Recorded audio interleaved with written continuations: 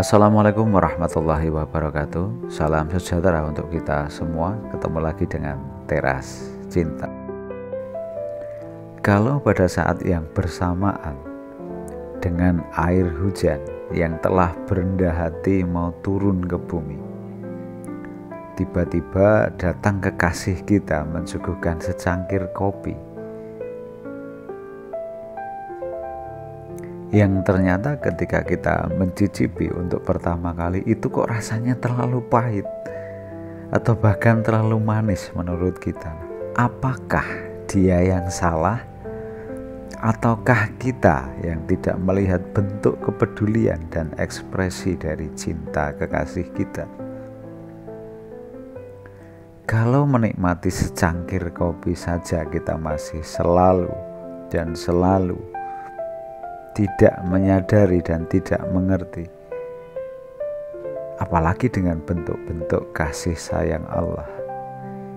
Jangan-jangan selama ini kita masih menganggap bahwa Tuhan itu tidak baik, bahwa Tuhan itu tidak adil, hanya berdasar dari ketidaktahuan dan ketidakpahaman kita, sehingga kita tersakiti oleh persepsi kita sendiri, sakit yang kita ciptakan sendiri. Teras Cinta cuma mau bilang sama sahabat Teras Cinta semuanya bahwa percayalah, Allah itu selalu memberikan yang terbaik untuk kita menurut pandangan Allah, bukan pandangan kita. Saya Teras Cinta respect untuk jenengan semuanya. Wassalamualaikum warahmatullahi wabarakatuh. Ya, jadi artinya bahwa kita belajar tasawuf itu artinya bahwa cobalah kita belajar hari ini, kita nikmati saja apa yang ada. Di pagi hari kita minum kopi di depan rumah sambil menghadap taman bunga. Cobalah mata kita memandang bunga-bunga yang indah itu. Mungkin bunga melati menabur semerbak wanginya, kita hirup yang dalam. Alhamdulillah. Ya, kopi cangkir, hiruplah aroma kopi. Kopi mana yang paling enak tuh? Lampung dah. Arabica. Iya. Hiruplah wanginya kopi itu. Ya, silakan dinikmati. Ya, istri tercinta di samping kita nikmati. Alhamdulillah, aku punya istri yang setia. Sudah, itu saja. Jangan kita duduk di depan rumah secangkir kopi di depan bunga, tapi pikiran kita kembali ke sana memikiri penderitaan masa lalu. Kalau begitu kapan Anda bahagia? Kapan Anda bahagia? Nggaldina mewek bae siraknya. Nangis ngapain? Itu stres namanya. Itu depresi. Segera hubungi psikiater. Ya, tapi mahal psikiater tuh. Jutaan Pak, konsultasi per jamnya itu. Nah, kalau saya masih mah gratis dah, nggak bayar lagi. Malah saya kasih makan di rumah. Ya, saya ingin berbagi kebahagiaan. Sudah, kalau tidak ke belakang itu melancong ke masa depan sampai dalam kondisi menakutkan. Yang paling lucu adalah semua orang hampir selalu bertanya, nanti besok pagi, nanti besok saya makannya dari mana? Nanti anak sekolah saya biayanya dari mana? Nanti kalau saya sakit berobatnya bagaimana? Ngapain lu mikirin masa depan yang kamu tidak tahu? Saya mau nanya pada bapak-bapak dan ibu-ibu, ada yang tahu nggak apa yang terjadi besok? Besok masih hidup nggak kira-kira? Nanti kita matinya di mana tahu nggak? Wa ma tadri nafsum madza taksibu ghadan wa ma tadri nafsum bi ayyi ardin tamut. Kita tidak tahu. Nah, kalau kita memikirkan sesuatu yang kita tidak tahu, menurut ibu-ibu bener nggak? Memikirkan sesuatu yang kita tidak tahu, berarti kita melakukan sesuatu kedunguan di sini. Kedunguan berpikir, memikirkan sesuatu yang tidak tahu. Yang kita tahu adalah hari ini. Jadi artinya ini at-tadbir ini merencanakan hari esok. Iya, kita tidak bisa tidak selalu setiap orang kan merasakan besok bagaimana. Tapi jangan menimbulkan ketakutan. Ya, yang penting yang kita ketahui hari ini, sebab hari esok bagaimana bisa kita baca melalui apa yang terjadi hari ini. Dan hari ini terjadi adalah karena praduga kita, karena estimasi kita kemarin. Jadi yang lebih baik adalah hari ini pekerjaan kita selesaikan semuanya dengan sempurna. Lalu setelah itu akan muncul kepercayaan diri, self confidence di dalam diri kita sendiri, dengan gagah perkasa menantang hari esok. Wahai hari esok, silakan berbuat sesuka kamu. Hari ini adalah hariku, telah kujalani dengan sempurna. Hebat nggak tuh? Hebat. Jadi pada akhirnya bahwa ketika kita menyelesaikan pekerjaan hari ini dengan sempurna, itu sama dengan kita mempersiapkan hari esok yang lebih baik. Jangan memikirkan lalu penderitaan, memikirkan masa akan datang menjadi kesengsaraan, hari ininya tidak dinikmati. Ini adalah kedunguan orang berpikir. Nah, ini yang dikira-kira tasawuf itu, ya artinya kita harus paham bahwa besok kita boleh merencanakan, tetapi di penghujungnya kita harus pasrahkan diri kita kepada Allah. Ya, bergantung kepada ketentuan Allah, sehingga nanti akhirnya kalau kita dalam merencanakan apapun dari awal kita sudah menyerahkan kepada Allah. Silakan Allah, yang penting aku berencana, yang menentukan engkau, aku serahkan segalanya kepadamu. Apa yang terjadi kalau diawali dengan kepasrahan? Kalau dia berhasil, tidak akan lupa diri. Kalau gagal, tidak akan gantung diri. Tetapi kalau awalnya itu mengandalkan kekuatan yang kita miliki, memastikan hasil yang harus, target yang tidak bisa ditawar-tawar lagi, dengan segala ancaman dan sebagainya, maka ketika berhasil akan lupa diri, dan gagal akan gantung diri. Kedua-duanya menjadi penderitaan. Makanya sudah, yang penting areh nafsaka anit tadbir, sudah, yang penting duduk yang manis saja, nggak usah repot-repot, semuanya sudah ada yang menanganinya. Andaikan kita ini minta kepada Allah supaya diberi tugas dalam memprogram kehidupan kita, nggak usah banyak-banyak lah, satu saja. Allah kasihkan tugas kita, ya sudah, saudara Ibnu, saudara Habib Ronald, kata Tuhan, saya kabulkan Anda, saya libatkan dalam programming hidup Anda ini. Saya kasih tugas mulai hari ini, silahkan panjangkan rambutmu sendiri. Rambut kepala saja, nggak rambut ketek, nggak jenggot, nggak kumis, nggak alis, nggak, hanya kepala saja. Insya Allah seumur hidup kita tidak bisa berbuat apa, hanya narik rambut saja 24 jam kali 24 jam. Jadi sesungguhnya ini bukan teori, dalam realitanya kita hanya disuruh duduk manis saja, yang penting laksanakan perintahku. Dari sejak awal kita tidak dilibatkan, ini pendahuluan dulu, tidak dilibatkan dalam hal apapun. Yuk kita bertanya, ibu-ibu, saya mau nanya, Anda keluar dari perut siapa? Haji Maskunah umpamanya. Saya nanya, apakah itu pilihanmu? Tidak. Apakah ibumu bercita-cita ingin melahirkan kamu? Saya yakin kita ini orang tua nggak pernah bercita-cita pengen bikin anak kok.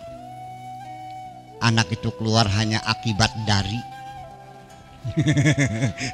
Nah, iya, kita niatnya juga pengen senang-senang ya. Itu hanya akibat aja. Itu yang jadi persoalannya.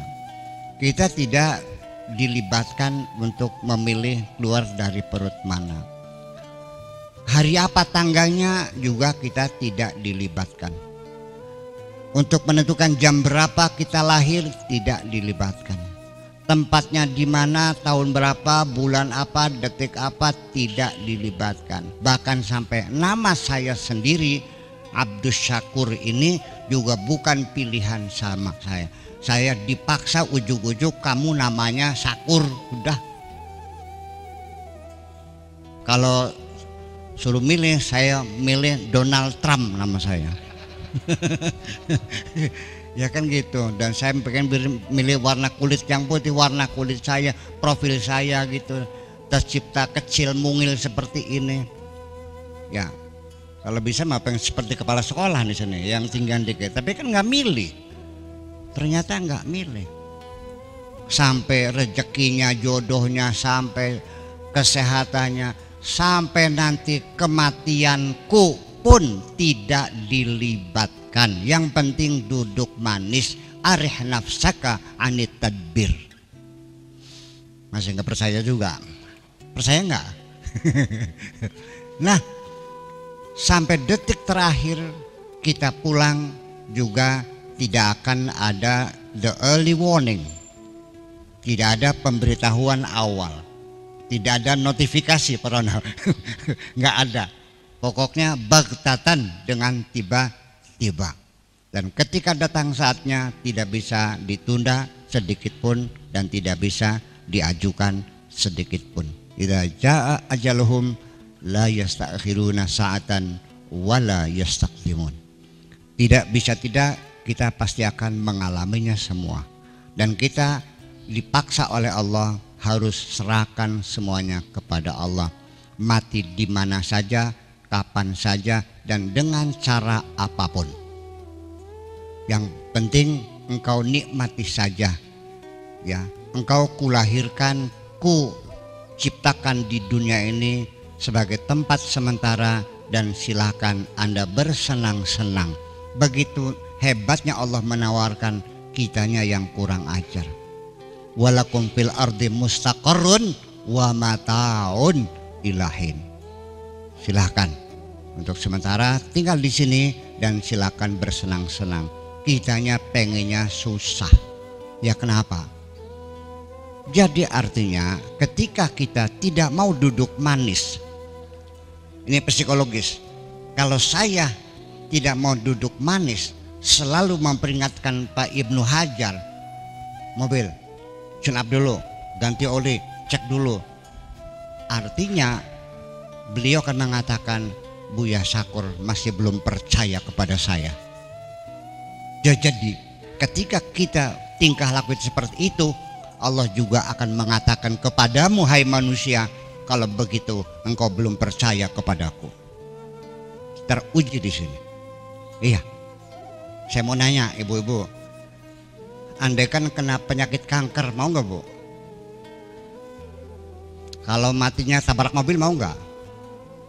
Ketembak mau nggak? Kalau tenggelam mau nggak? Atau kapalnya jatuh mau nggak? Ya ya mau mati kun marane. Kun marane mau mati, itu namanya tidak mau mati. Yang tidak mau mati, mati nggak? Yang ingin mati, mati nggak? Yang merindukan mati? Itu persoalannya. Jadi kita tidak sadar bahwa selama ini kita tidak pernah mempercayai Tuhan, hanya mempercayai sekedar ada. Tapi kekuasaannya kita tidak pernah memberikan kepercayaan, jujur saja. Jadi tidak semudah itu kita memusyrik-musyrikan orang.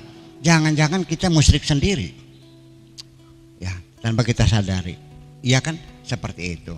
Jadi artinya bahwa nanti di penghujungnya mah yang mau mati ya mati, yang ngumpet-ngumpet ya mati, walau kuntum fi burjin musyayyadah, sekalipun kau bersembunyi di benteng yang dicor tebal. Bu, bentengnya cornya cor baja, tebalnya 50 meter. Bayangkan, cor baja tembus nggak? Ketekak berikan juga. Semua tekak juga. Gak ada masalah. Jadi gimana? Ya pada akhirnya kita serahkan kepada Allah. Ya Allah, aku siap pulang kapan saja, dengan cara apapun, di mana saja dan kapan saja. Yang penting engkau ampuni segala dosa-dosaku. Itu yang paling hebat. Wa qalu sami'na wa ata'na ghufranaka rabbana wa ilaikal masir. Sami'na, siap kami terima segala ketentuanmu. Wa ata'na, dan siap kami taati semuanya. Tidak ada penyangkalan dari kami. Ghufranaka, yang penting ya Allah ampunilah kami. Wa ilaikal masir, karena bagaimanapun aku akan kembali kepadamu. Begitu indahnya dibaca setiap tahlil. Betul nggak? Lah kenapa? Dibaca nggak Bu kalau tahlil? Dihayati nggak? Nggak. Itu nggak ngerti. Ya Allah ya Rabbi. Yang hafal alpi aja. Alpianya tuh hafal itu masalahnya. Ya, nah makanya ketika kita sudah meyakini seyakin-yakinnya, itulah Tuhan kita. Dengarkan kata Rasulullah, innallaha ja'ala rauha warrahata firrida wal yakin. Nanti kata warabbuka, dan Tuhanmu ya yakhluqu, innallaha ja'ala, Allah akan membuat ar-rauha warrahata, kedamaian dan ketenangan dalam hidup kita ini akan dibuat oleh Allah. Gimana? Firrida wal yakin. Ketika kita sudah ridha dan kita yakin, maka semuanya menjadi nyaman hidup ini. Berbahagialah mereka yang sudah mencapai tingkat ridha dan tingkat yakin yang kokoh. Pasti hidupnya akan nyaman dan akan bahagia. Tanpa itu, sekalipun materi berlimpah ruah, yuk kita lihat terlalu banyak orang yang materi berlimpah ruah tapi tidak punya waktu untuk menikmatinya. Bahkan sampai hukuman Allah langsung, harta berlimpah ruah tapi tidak boleh menikmatinya. Ada lagi harta berlimpah ruah tapi hartanya itu menyiksa hatinya sendiri. Sok milih yang mana? Tinggal milih aja.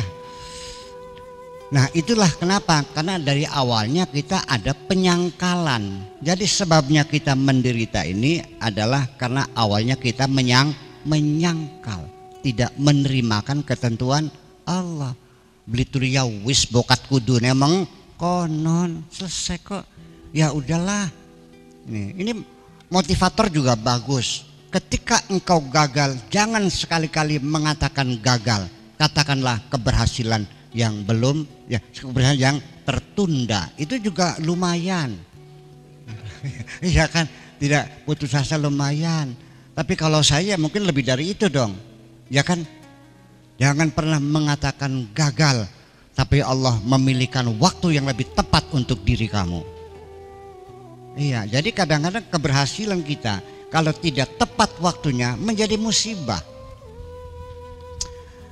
Ketika saya masih muda, ya kan, masih belum punya istri, masih sendirian, gaji saya besar, ya kan, uang berlimpah ruah. Apa yang terjadi? Masih bujangan, uang berlimpah ruah, apa yang terjadi? Kerusakan pada diri manusia. Percaya enggak? Ibu punya anak masih umur 21 tahun. Dia pegang uang 100 miliar. Kaya-kaya bener enggak Bu? Yakin enggak dia jadi orang benar? Rusak semuanya itu. Jadi Allah juga mengatur. Kapan Allah ngasih rezeki kepada kita? Kalau sudah punya istri, sudah punya anak, usia sudah mapan, sudah 40 tahun, sehingga kita bisa mengendalikan emosi. Betul enggak? Jadi ini Pak Hamzah sama Pak Ronald juga, ini ketemu juga kan diatur Allah nih, betul enggak? Enggak pernah duga-duga.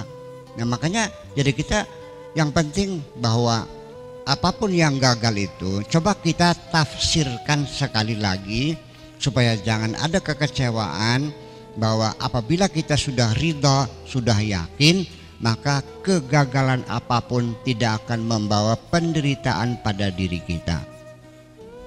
Saya ingin mengatakan, melihat suami tidur mendengkur menyebalkan gak Bu? Rungsing beli Bu? Laki ngorok kayak kebo disembelih. Udah, sedang di tengah ngantuk, anaknya ngek nangis lagi, lapar nyusuin, baru tidur sebentar ngek lagi, kencing, ganti popok lagi, baru ngantuk lagi ngek lagi, lagi, sampai pagi. Baru ngantuk dikit, burung-burung di pohon cicit, menjengkelkan enggak? Semuanya menjengkel. Kenapa? Karena hatimu sedang gaduh di situ. Percaya enggak? Tapi ketika hatimu dalam kemesraan, dengarkan baik-baik, dengkuran suamimu orkes irama. Ya, iya. Waktu sedang dongkol mah rasanya pengen tak sumpel karo kos kaki kendes. Iya. Dan suara bayi menangis di malam hari, suara yang paling merdu sealam dunia. Dan suara burung berkicau menambah indahnya pagi hari yang cerah itu. Kenapa? Karena hati kita sedang damai.